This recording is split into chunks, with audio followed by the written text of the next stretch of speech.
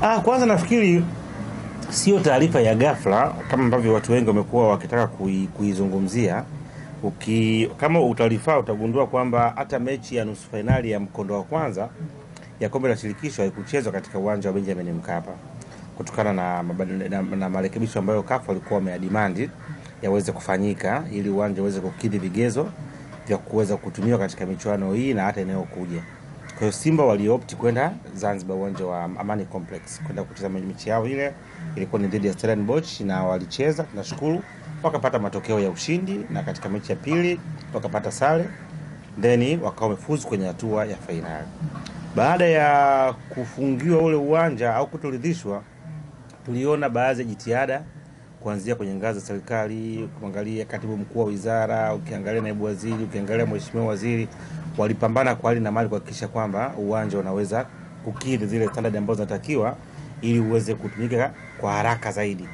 Kwamba hakuna ambaye alikuwa na shua kwamba Simba ingefika finali, lakini kwa sababu ndio kiwanja pekee ambacho tunakitegemea katika nchi yetu, ilikuwa ni lazima kisha kwamba muda wote kitakuwa kipo tayari. Kwa hiyo from there tuweza kuona viti vilifungwa, baadhi ya matengenezo yalifanyika kwa ushuhuda wa picha, na baadhi ya viongozi wakaenda kutembelea, lakini hayo yanabakia kuwa ni mtazamo na maoni ya upande wa wadau na serikali kwenye kile kiwango ambacho wanahisi wao kinakidhi. Na hata leo nimeweza kuona baadhi ya article wakisema kwamba 85% ya marekebisho yamekamilika, na kwenye pitch so far wameweza kuongeza uwezo mara 12 ya hali ambayo ilikuwa iko katika hali ya mwanzo.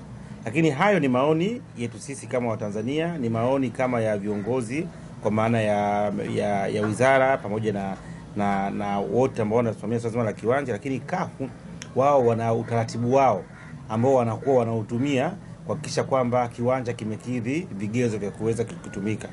Unaelewa sijui. Kwa hiyo hiki kilichotokea kwa sababu uwanja ulikuwa tayari haujatumika, kwa hiyo haya ni muendelezo. Na ukiangalia kwenye taarifa ambayo imetoka, CAF wameweza kustipulate kwamba kwa nini wameamua kuweza kusimamisha ule katika ule uwanja, wakiamini kwamba palikuwa pana changamoto za hasa kipindi cha mvua, uwanja unakuwa unashindwa kuendo, yani yale maji ambayo kiwanjani, na ukizingatia ni mechi kubwa ambayo itakuwa ina delegation kubwa, kwa hiyo wakaamua kuopti kwenda Zanzibar. Kwa hiyo binafsi nafikiri mechi ni tarehe 27. Sawa, leo 25. Leo ni tarehe 15. Kwa hiyo kuna siku 10 nzima ambazo zipo. Nafikiri kwa mujibu wa CAF wameona kwamba inafana, na ukisoma ile taarifa imetoka tarehe 14. Maana yake ilikuwa ni taarifa ya jana. Kwa hiyo nafikiri sio haraka sana, na hasa ukizingatia kwamba Simba anaanza katika mechi ya away Jumamosi, then mechi ya marudiano ndio itakayochezwa katika uwanja wa Benjamin Mkapa. Hii taarifa ni kama haijapokelewa vizuri na kwa upande wa Simba Sports Club. Tumeshuhudia Magori akiwa ni kiongozi ndani ya Simba, lakini mashabiki wa soka wa Simba pia kwa pamoja wanaonekana ni kama taarifa mbaya kwao. Unadhani hii yote ni Tanzania, visiwani Zanzibar na huku bara ni Tanzania, ni Jamhuri ya Muungano wa Tanzania. Kwa nini Simba Sports Club wameipokea kwa mawazo tofauti sana hii taarifa? Nafikiri iko wazi. Yaani iko wazi kwa sababu utaangalia 80% ya matokeo ya Simba ya kushinda kwenye michuano ya kimataifa. Yaani leo hii Simba anafika robo finali mara 5 6 mfululizo, anaingia nusu finali, anaingia finali. 90% ya hizo achievement ni uwanja Benjamin Mkapa. Yaani uwezi ukatofautisha mafanikio ya Simba na Benjamin Mkapa.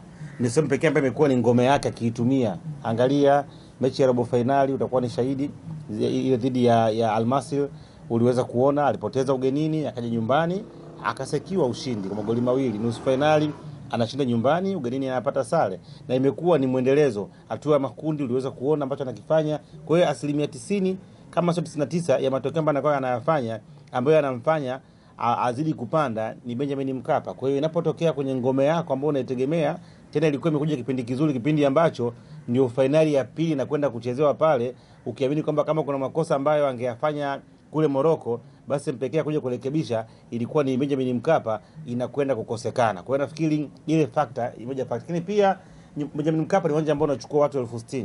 Ukikompea na uwanja ambao wanakwenda kuanzia kucheza finali ambao uchukui watazamaji wengi.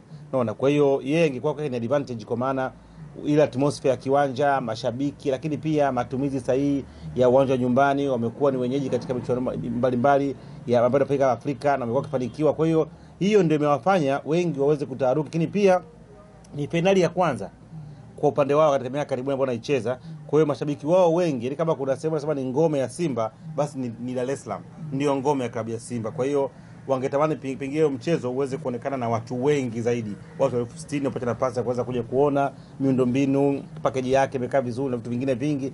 Kwa hiyo hayo yote ukijumlisha ndiyo yanawafanya wachanganyikiwa, lakini kubwa ni lile la kuweza kutumia uwanja vizuri kupata matokeo.